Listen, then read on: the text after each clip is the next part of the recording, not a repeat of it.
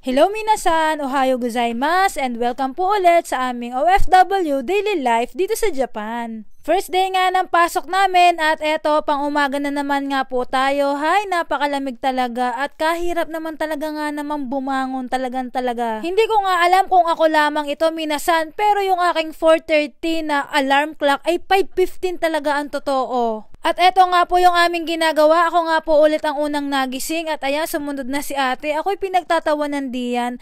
Dahil nga ako'y naabutan niyang nagagayak na ng mga pagkain, ng mga obento namin, ay hindi ko naman nga po makita yung aming baonan. Isa nga rin po sa mahirap kapag kayo ay medyo marami or may kasama sa bahay, ay pag naglinis na nga yung kabahay mo, ay hindi mo na alam ngayon kung nasaan na nga yung mga gamit. Eto naman nga minasan yung aming mga pagkain, pati nga yung aming ulam sa kaisya at saka dito sa breakfast namin ay inihahanda na nga namin. Ganito nga po ang style naming magkabahay dito sa Japan. Lalo na nga ngayon taglamig, aba po ay wala talagang maunang gustong maligo pa. Ay nako, pauyuhan po talaga kung sino ang mauuna. Kaya naman po ang ginagawa na lang namin ay di kakain na nga lang kami muna at syempre magkakape para naman mainit-initan yung tiyan. Yum!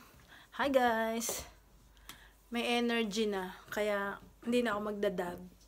Brushing our teeth na and then ligo. Tapos, ayan, papasok na. Nung makatapos na nga kaming kumain, kanya-kanya na nga po ulit kami ng gawa. Ay, nako'y nagtoothbrush na, nakapaghugas na nga rin po ako ng mga pinagkainan kanina, habang si ate na may nagre-ready. Hi guys, ohayo gozaimasu. Habang naghihintay sa ating turn maligo, waiting lang tayo dito. Bago pa naman, may papakita ko sa inyo. Tanggalin natin dito. Meron ako ditong Cairo. Alam niyo yung Cairo? Yung kapag may, masakit ang, pag meron, tinanggal ko lang, sticky to. Mainain ito, sobrang mainit. Pag masakit yung puson or lalo na, pwede mo rin ilagay ito sa mga paa, ganyan. May pampaan ito kasi pag winter, para hindi lamigin. Ito tawag nila Cairo. So, palagi kaming meron ito, lalo na pag masakit ang puson or taglamig na. Tapos, di ba pag masakit ang puson, kailangan natin ng hot compress. So, instead of hot compress, kasi lagi mo siyang hawakan, tapos may tubig. Ito, handy na siya, tapos i-stick mo lang siya. Cairo. Ito yung ginagamit namin dito. Mura lang to sa mga, saan ba namin binili itong ganito kalaki sa Don Quixote. Ito. May maliliit na ito, yun. Yun yung pwede mo ilagay sa pampaa, sa medyas, ganun. Wala lang, share ko lang habang nag-iintay ako ng turn maligo. So ito, mainit pa siya. Nilagay ko ito kagabi bago matulog kasi ang sakit nga ng puson ko. Tapos hanggang ngayon, overnight, mainit pa rin siya. So ayan, tayo na ay maligo. Grabe, lakas ng hangin. At ang lamig. Tara na. Saduhan natin ang ilaw sa loob. Sayang ang kuryente. Lamig.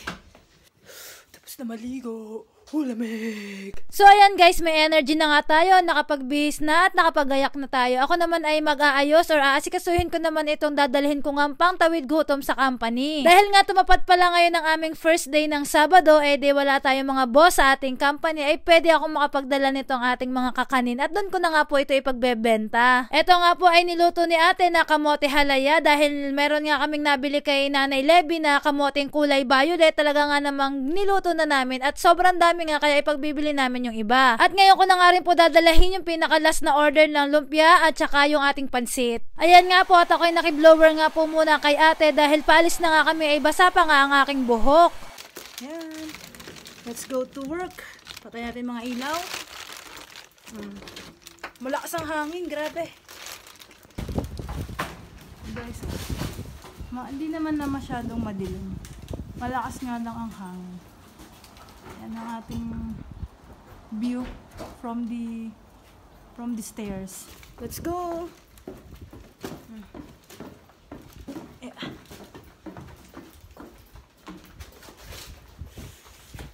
Uy, tumba yung mga tumba na yung bike sa sobrang lakas ng hangin. Update namin kayo later.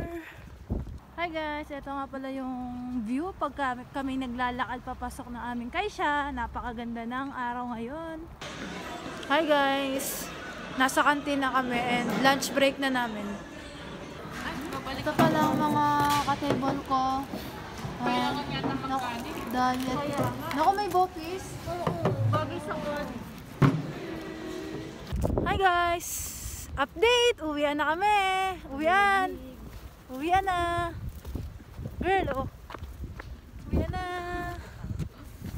So ayun na nga guys, matapos naming maglakad ng mga 15 minutes nandito na ako sa bahay. At ayan, naubos nga natin yung 4 na pack ng halaya. Thank you so much po sa lahat ng bumili at sana po ay masarapan talaga kayo. Pagkakarating nga po namin sa bahay dire-diretso na ang pag-iimis, tapos diretso na rin ang kain para medyo madami-dami naman yung oras ng pagpapahinga namin. At eto na nga guys yung ating dinner. Kami gutom na kanina pa sa trabaho kaya excited kaming kumain.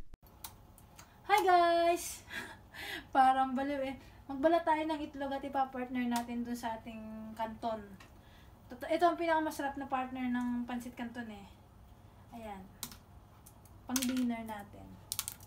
Ang pangit! So ayun guys, pagkatapos naming mag-dinner nag-imis-imis na nga ulit. At ako nga po nakigulo dito sa kwarto ni ate. Dahil sa sobrang lamig po talaga ngayon kailangan ng palitan yung jacket. Hindi na po kaya ng manipis. So ito na guys, nakuha ko na yung aking pang winter. Yan. Kailangan na nating magpalit ng jacket kasi hindi na kaya ang lamig. Grabe, sobrang lamig kanina nung umuwi kami. So ito na yung susuotin natin ngayon, simula ngayon. Kaya kailangan nating makapal ng jacket. So, ayan guys, bale, ito lang naman ulit yung ating maghapon. Ganito na naman yung nangyari, trabaho tapos bahay. Ganun lang, magpapahinga na ulit kami. And salamat ulit sa pagsama sa aming mga OFW dito sa Japan. And ayan, salamat po. Sana ay natuwa kayo sa panonood. And huwag niyo pong kalimutang i-share at i-follow ang aming page at i-share ang ating mga videos. See you again bukas. Jane!